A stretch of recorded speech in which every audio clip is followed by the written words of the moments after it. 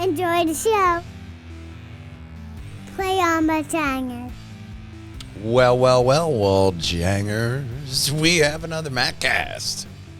So, another Mattcast upon us. We are, of course, going to get into all the awesome anime because we got another season starting upon us here. One season ends, another one begins. Awesome stuff like The Villager of Level 99.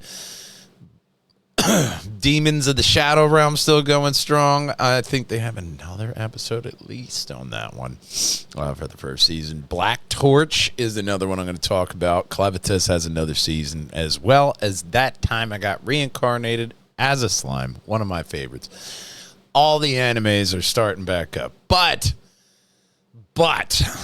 there's something we got to just talk about off the jump right here. And that's the big reveal that came out, the big season that came out, rather. Guys, X-Men 97. Oh, my gosh. I hope everybody's enjoying this. X-Men 97, man. Episode 4 dropped as of this day of recording because I got to tell you, man, the second season of this show, they are knocking out of the park with this apocalypse arc here, because first episode, Days of Future Past, Forge and Bishop go their separate ways in the time stream.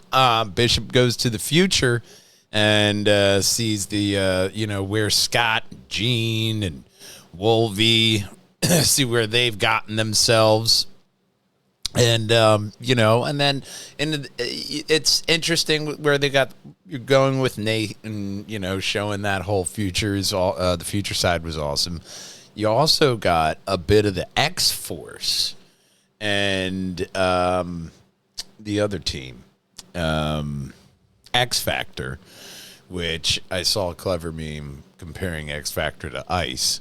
But X-Factor was the government mutants handling mutant affairs, get these mutants to take care of the mutants, and then just they're off the board.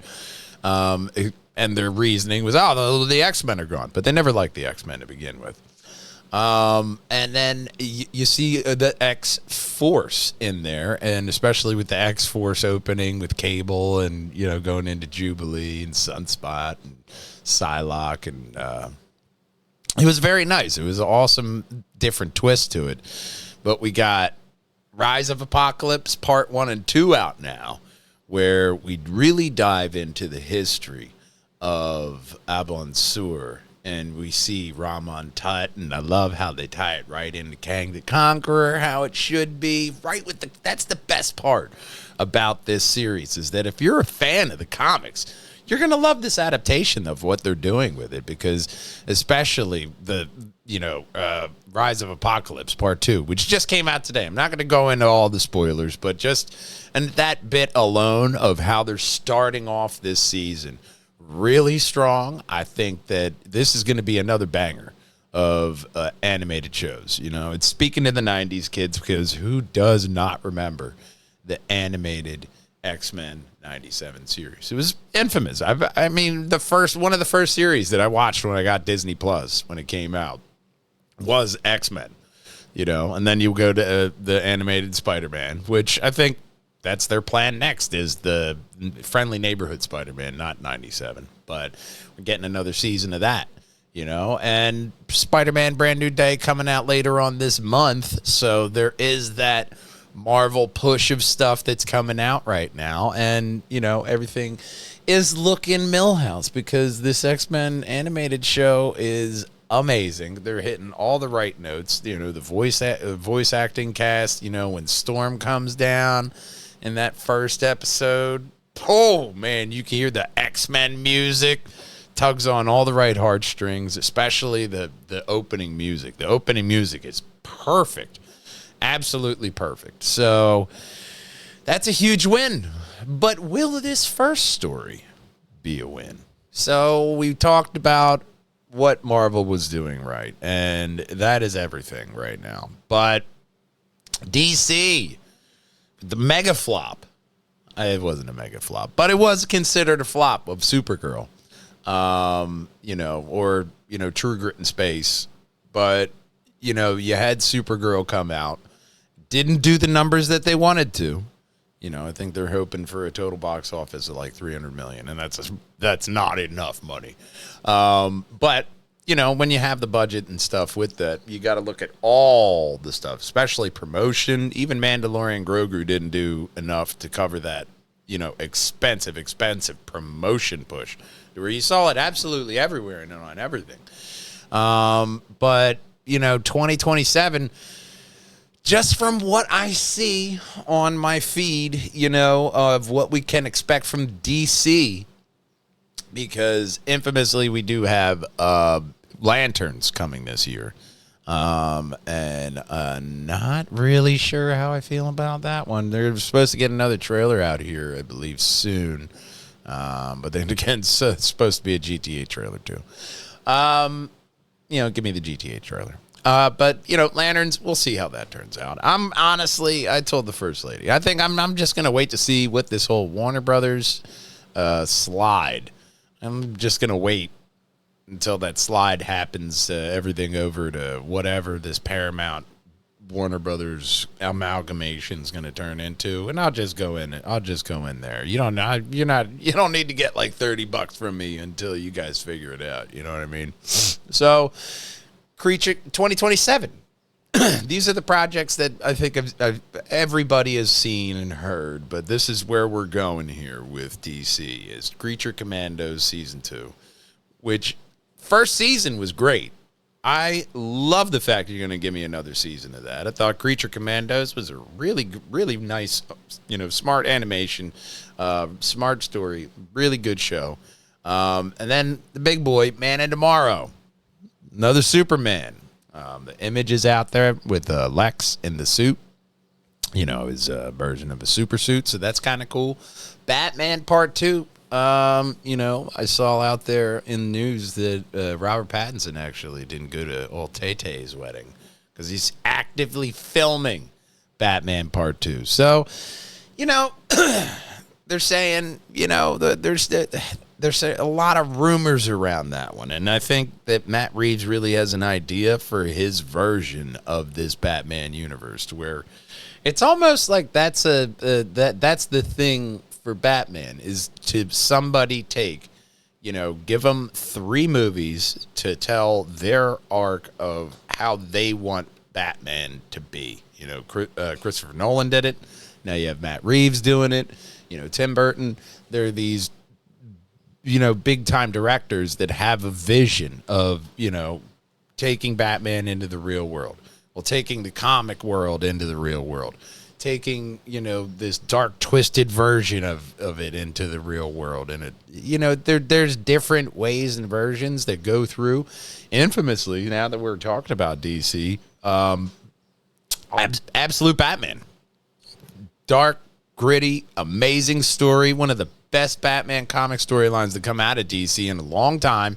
And our own Delco Batman is planning on an Absolute Batman build in his own realm. So that is awesome. Because we also see rumors of an animated Absolute Batman show coming with Scott Snyder attached. So the world of Batman is going to get pretty, pretty heavy, because we also have Batman Nightfall coming, which I believe they said is a 2 or 3 part series. Fantastic, with Jean-Paul Valley and Azrael. I love that storyline, and I love how you gave us, Killing Joke. You gave us Red Hood.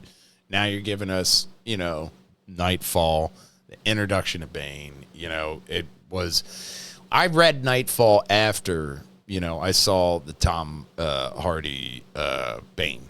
So, and then the Arkham and, just the Batman animated series, they made it seem like, this guy's a dummy. No, man. Nightfall. You see the cold calculation that Tom Hardy's Bane pulls from. So it was really cool, man. And I really like how that is, once again, like with my best ranting about X-Men, but in the animated universe, all you need to do is just adapt the comic.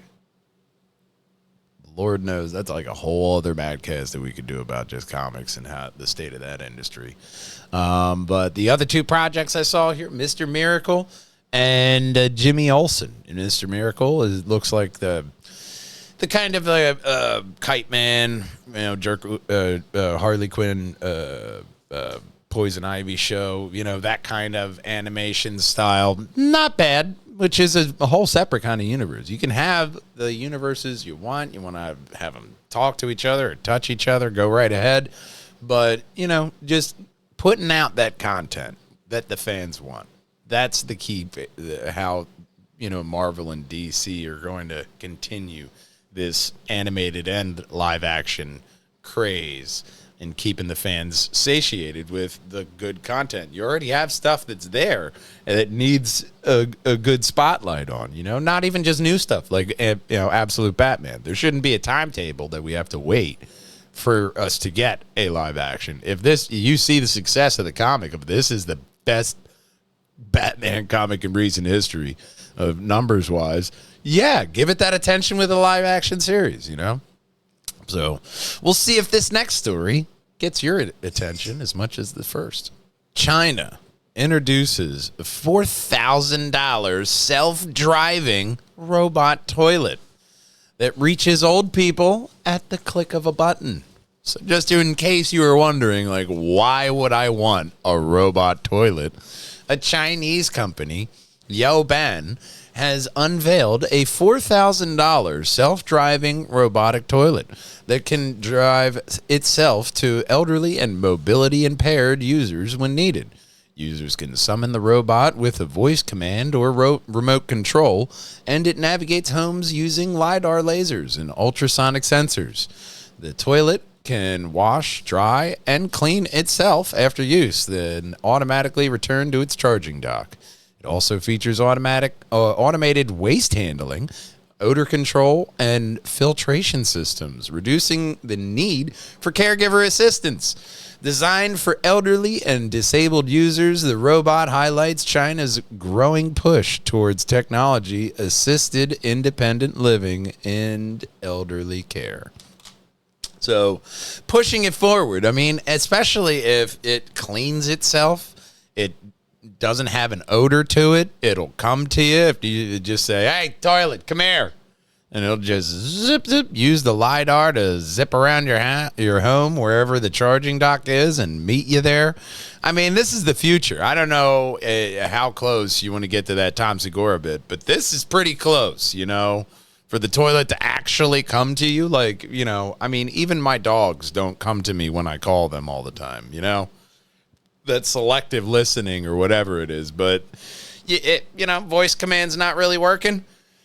Early in the morning, remote control, man, boop, hit that button. One touch, need you here now button, put it on a life alert collar for me. I don't care. But, that's just the future I imagined as a little kid, Maybe not that specifically, but that's the kind of gusto I'm talking about. You know what I mean? So we'll see if this next story has the gusto you're looking for. Neanderthal remains found near Gibraltar included seals, mussels, and dolphin bones, evidence of sophisticated exploration of coastal and marine environments. So we'll break into this one. The cave sites of Gibraltar occupy a particular position in Neanderthal research, both scientifically and symbolically. Gibraltar is believed by many researchers to have been among the last refuges of Neanderthal population before final extinction. A southern European location where Neanderthals survived for longer than they did in most of their former range. And the remains found in Gibraltar's cave have provided some of the most interesting dietary evidence of their entire Neanderthal record. Among the faunal remains associated with Neanderthal occupation layers, Gibraltar's caves are materials that can challenge the straightforward image of inland big game hunters. Seal bones are present, indicating exploration of marine mammals that would have been encountered by encountered and hunted in the coastal waters on the rocky shoreline. Shellfish remains, mussels, limpets, and other bivalves accessible from the intertidal zone appear in quantities suggesting regular systematic collection rather than occasional opportunistic eating. And perhaps the most remarkably, dolphin remains have been found in context suggesting deliberate human collection rather than simple beach coming of natural stranded animals. So they were actually hunting these dolphins. You know, it's not just because that was the first thing I thought, too, when I'm reading, the first tagline here, the clickbait line is that they probably just found the dolphins on the shoreline. Stabby stab. Man, this is good meat. Hey, let's make a nice necklace. But, the evidence here showing, the dolphin remains have been found in context suggesting deliberate human collection rather than simple beachcombing. That is very interesting on what the evidence shows as to how they find that. But it continues, the exploration of the marine and coastal resources requires a specific kind of environmental knowledge, understanding tidal cycles well enough to access intertidal organisms when they're available and not to be caught in dangerous conditions, knowing when and where marine mammals can be found, and having strategies for catching or taking species that behave very differently from terrestrial prey. The Gibraltar evidence suggests that at least some Neanderthal populations possessed exactly this knowledge and applied it systematically, rather than a species' rigid constraint, a single mode of food acquisition. What the coastal evidence suggests is a highly flexible population capable of exploiting whatever their environment provided, whether it was mammoth or open steppe on the open steppe or mussels in the Mediterranean flat. The Neanderthals were there, eating whatever they could, surviving. And, it makes sense. If they have the thought to make tools, they're going to have that creative thought of how can I use this tool, and that's kind of, I think inbred in just human nature. And it is that that creative flair of how can I use this tool to help me? And especially when you notice patterns, even ravens, dogs, a bunch of different animals can notice patterns. So it's not out of the realm of possibility. Even orangutans were seen using a stick to get ants out of a tree. They know there's specific times for specific foods and specific places where, hey, the tide's out. Oh, we can get mussels tonight. I mean, everybody has that thing. You eat what you can, and we'll consume more of this next story, which might be a gross segue. Stem cell transplant stops autoimmune diseases and remission continuing 15 years later.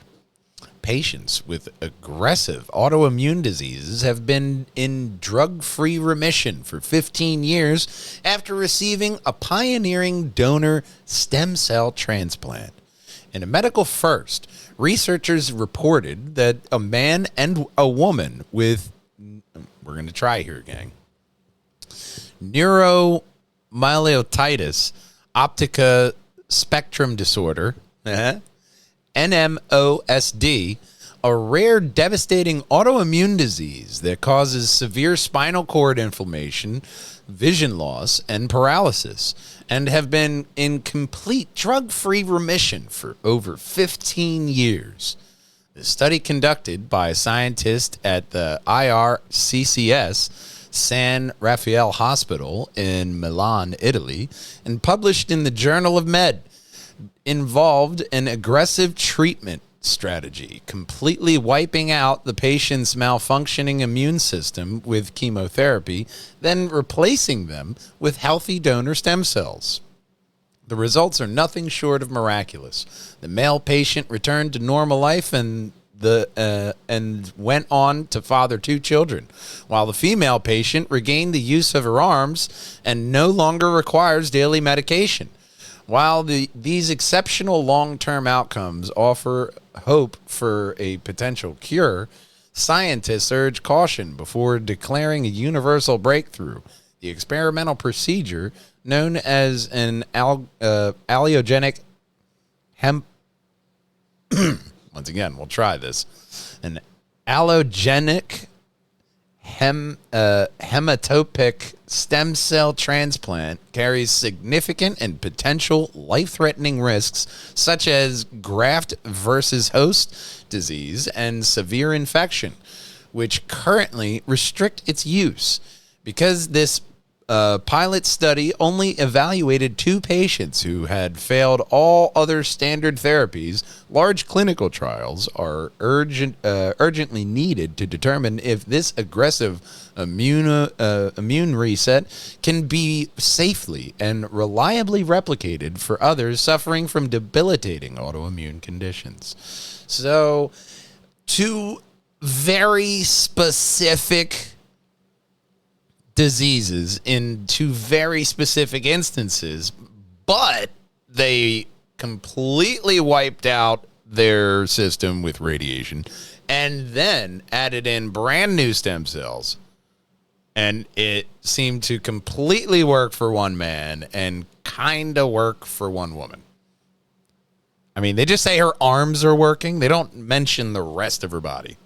You know, I mean, if I had a little bit of context, like, nah, man, the disease took out her arms and she couldn't do anything. And then with this, arm use is back and they're both functioning very well. They didn't say that. They said, man, this guy's having a good life. Look at him. He's got kids, father of 2. And, well, you know, the other patient, she can use her arms and she doesn't need medication anymore. Ah, that's great. That is great. Not as good as the other guy. I mean, you know, if both of them are on death's door and you only got one back, that's still, you know, it's not like she died, but it's not the same result, you know? So I could see where they're like, hey, let's not go making this a broad, we fixed it, okay? Didn't really. But stem cells, this is why you got to keep testing that stuff, because you're going to find what it does and what it doesn't do, you know, and what it needs assistance and where we need breakthroughs along the way. So this is science, man. Very, very exciting news of exciting stuff. We got a lot of exciting stuff, just like the excitement I have for this next story. Unknown amber bear found in 1887 in a peat bog near Słupsk, Poland. I tried.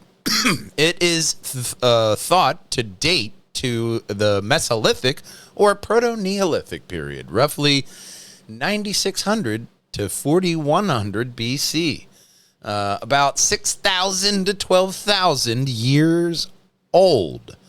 The tiny amber bear, known as Słupiko, has become one of Poland's most remarkable prehistoric treasures, measuring just 4 inches long and about 1.65 inches tall. This small carving offers a rare glimpse into the lives and beliefs of people who lived thousands of years ago. For our friends across the seas, that's 10.2 centimeters by 4.2 centimeters. I do know there are, you know, some people who watch, you know, overseas using the metric system. Discovered in 1887 by workers cutting peat in a bog near Słupsk in northern Poland, the figure is believed to date to the Mesolithic or Proto-Neolithic period, roughly between 9600 and 4100 BCE. This means the artifact could be anywhere from 6,000 to 12,000 years old, making it one of the oldest known examples of prehistoric amber art in Europe. Carved from Baltic amber washed ashore from marine sediments, the bear likely held deep symbolic meaning. During the Stone Age, bears were among the most powerful and feared animals inhabiting northern Europe. Archaeologists suggest that an ancient hunter may have worn the carving as an amulet or a protective charm, believing it could grant strength and courage or spiritual protection during hunts. I mean, if this is like the oldest ancient bear repellent, I love this story. You know, ancient bear repellent alone. That just makes me so happy.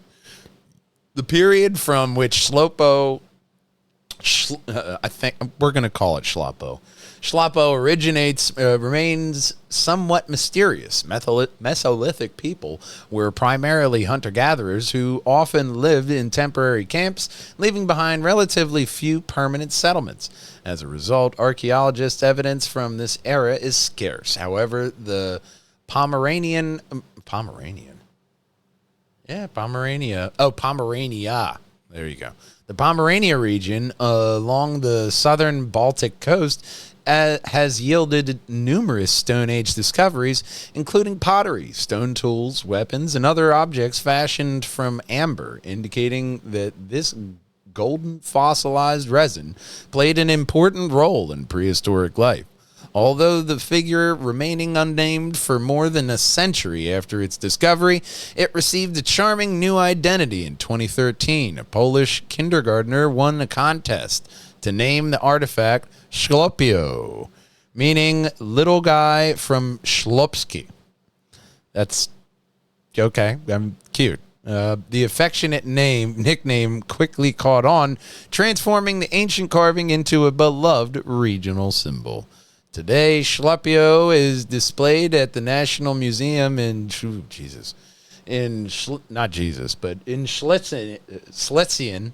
about 136 miles southwest from the bog where it was found.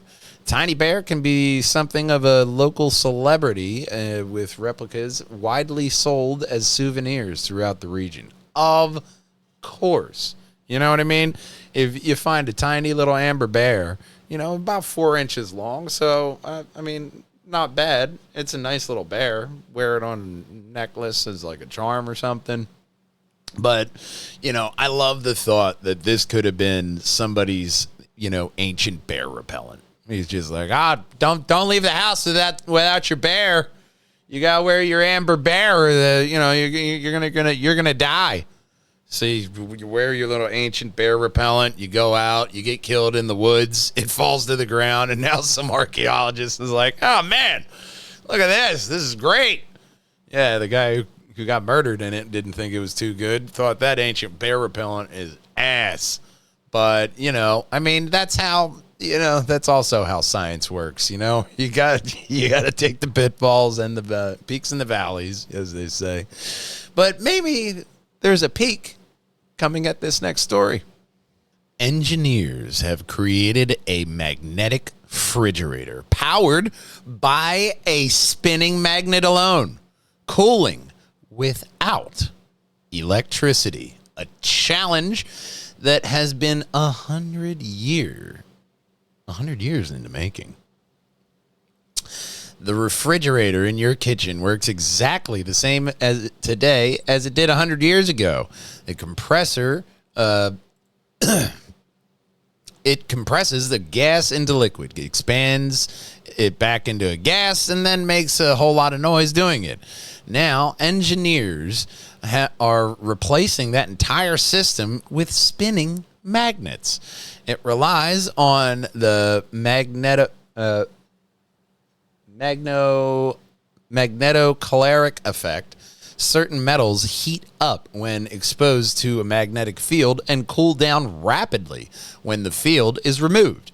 Cycling a heat transfer fluid through that process, and you get a highly efficient, virtually silent cooling system.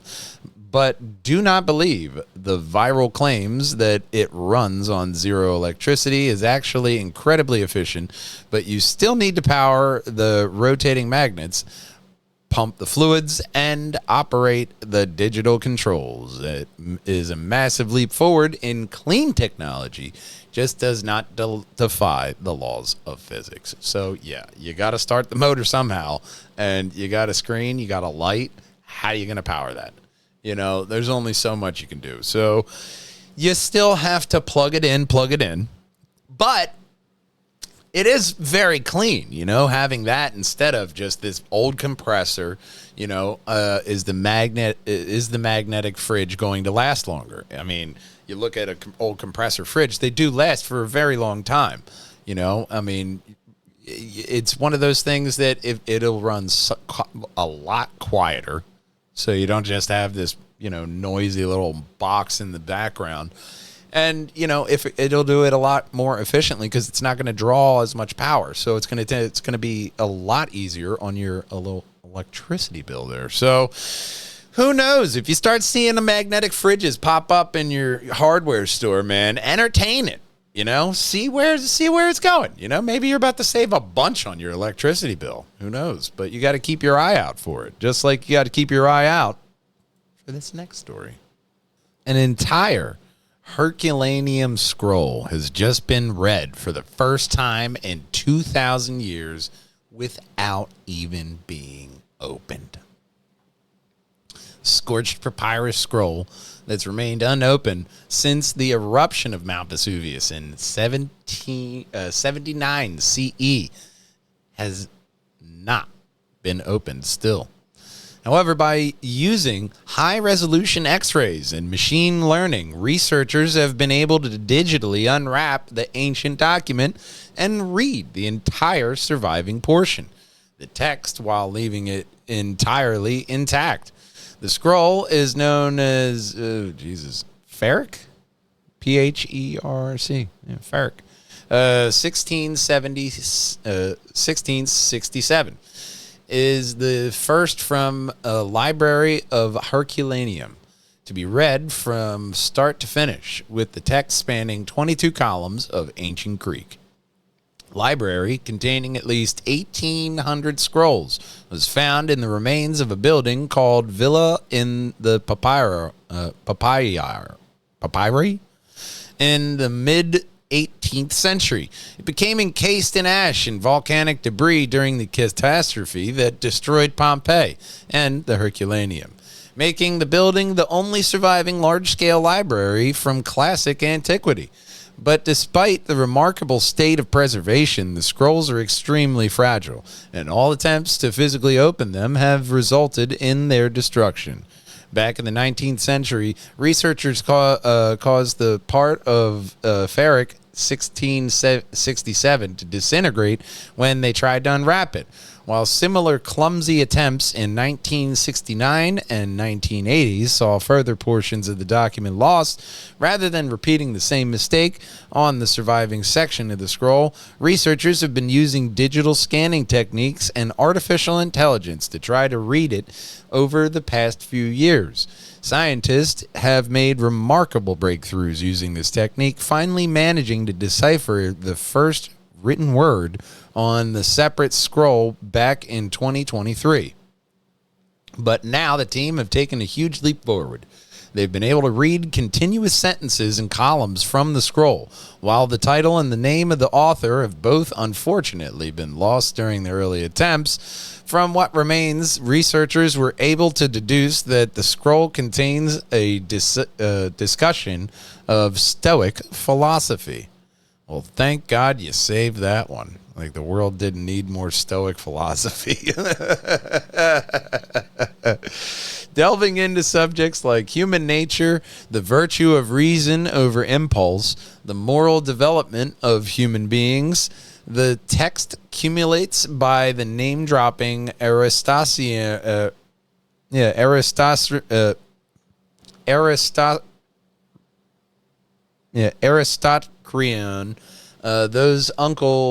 whose uncle was celebrated as a Stoic philosopher, Sisyphus. Among the phrases highlighted by the researchers was, "We will inquire into something, but we will not grasp it. If in some way we depart from ourselves and from our own nature." In this case, though, it seems there are certain things that we can grasp as a result of this staggering breakthrough. For instance, based on the scroll's contents and the style in which it was written, experts believe it was penned in the 2nd century BC. During presenting their work in a new study which has yet to undergo peer review, so take it with a grain of salt, the authors state that it's unclear if their technique will work on all of the Herculaneum skulls. Regardless, the fact that it worked so well for this one, which was burned to a crisp 2,000 years ago, is enough to make the most stoic in us crack a smile.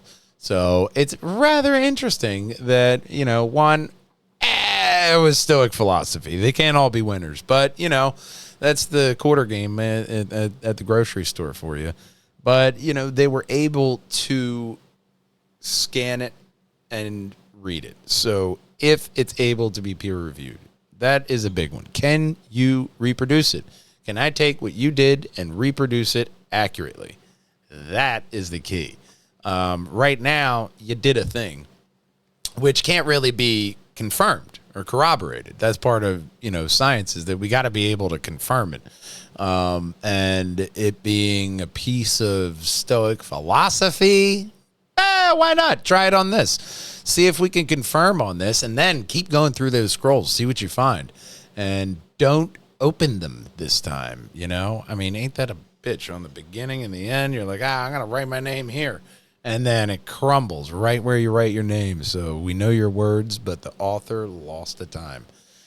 It's a bit of a shame. But, such are the sands of time to be a fickle mistress like that. But maybe not so fickle with this next story. Scientists say they built a cell from scratch for the first time. So scientists just built a synthetic cell from scratch that can feed, grow, and replicate like a natural living organism. In a groundbreaking leap for synthetic biology, researchers at the University of Minnesota have engineered a synthetic cell entirely from scratch. Led by synthetic biologist Kate, I'm going to try not to butcher this, Admala, that sounds about right. Yeah, Admala. The team resembled spud cell entirely from non-living chemical components enclosed in a simple lipid membrane. Unlike previous bioengineering efforts, the altered existence bacteria, efforts that altered existing bacteria, this bottom-up creation represents a fully definitive biological system. Crucially, spud cells sidesteps the need for a complex internal cyberskeleton by using surface crowding proteins to split under mechanical stress, completing the full cell cycle without the complex scaffolding of natural life. While spud cell is currently a fragile prototype, relying on external resource like E. coli rhizomes, its creation proves the fundamental process of life did not require a mysterious evolutionary spark. This programmable biological platform could ultimately revolutionize molecular medicine, enabling the growth of custom-designed organisms that function as tiny living factories. Future iterations of these made-to-order cells could be engineered to target cancer, capture carbon, or manufacture complex therapeutics at standard biological temperatures, paving the way for a new era of biomanufacturing and artificial life. Wow, this is so science fiction. It's scary. Making your own cells, which, okay, I'm sure you're just going to use this for, made-to-order cells in the future. Like, you need a liver? We'll print out a liver for you. Not a problem. Yeah, I got that coming. It's going to come on in a couple hours. Same day shipping, thanks to Amazon. You know what I mean? Custom designed organs. Oh my God! Come on. It's a gold liver. What are you talking about? I got a platinum liver coming tomorrow. You know, I see cyberpunk happening. Just being able to grow like a dragon arm if you want it.